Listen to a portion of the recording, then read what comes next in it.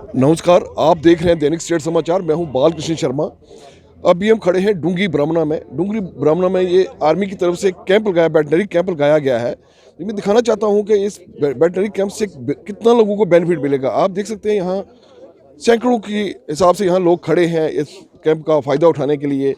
और यहाँ आर्मी के जो जवान हैं, आप देख सकते हैं किस तरह मुस्तैद हैं। एक तो ये बॉर्डर पे मुस्तैद आर्मी रहती है, पर हमारे जो गाँव के लोग हैं, गाँव के लोगों की सहूलियत के लिए भी हमारी जो आर्मी है ये सदा ही इसी तरह कैंप वगैरह लगाती रहती है। और मैं यहाँ आर्मी की तरफ से जो अफसर खड़े में से जानना चाहूँगा।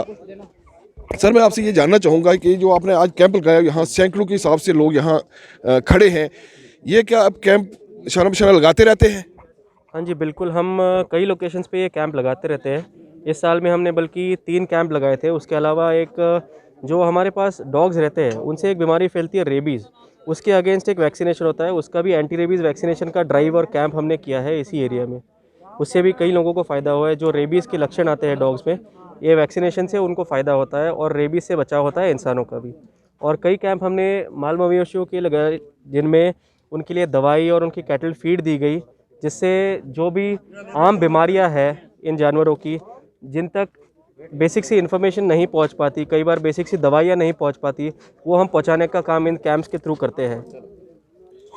ये थे हमारे आर्मी के अफसर ने साफ साफ बताया कि ये जो बॉर्डर एरिया के लोग हैं यहाँ इन तक ये दवाइयाँ नहीं पहुँच सकती, लेकिन आर्मी ये जो कैंप्स है ये जगह जगह लगा के इन लोगों के बेनिफिट के लिए, इन लोगों के जो माल मवेशी है उनको बचाने के लिए, जैसे उन्होंने कहा कि डाग में एक बीमारी फैलती है, उसके लिए भी यहाँ ये दवाइयाँ आज दे रहे हैं।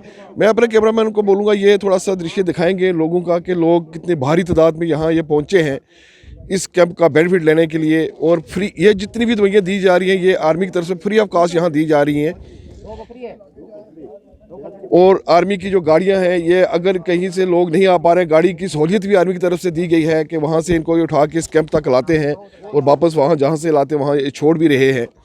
ये है हमारी इंडियन आर्मी जो हर जगह, चाहे वो बाढ़ बाढ़ कश्मीर में बाढ़ आ जाए, बॉर्डर में अगर दुश्मन को मुंह तोड़ जवाब देना हो, या गाँव के लोगों की सहूलियत के लिए, इनके माल मवेशी के लिए सदा ही हमारी इंडियन आर्मी खड़ी रहती है। कैमरामैन अक्षय कुमार के साथ बालकृष्ण शर्मा, दैनिक स्टेट समाचार, राजौरी।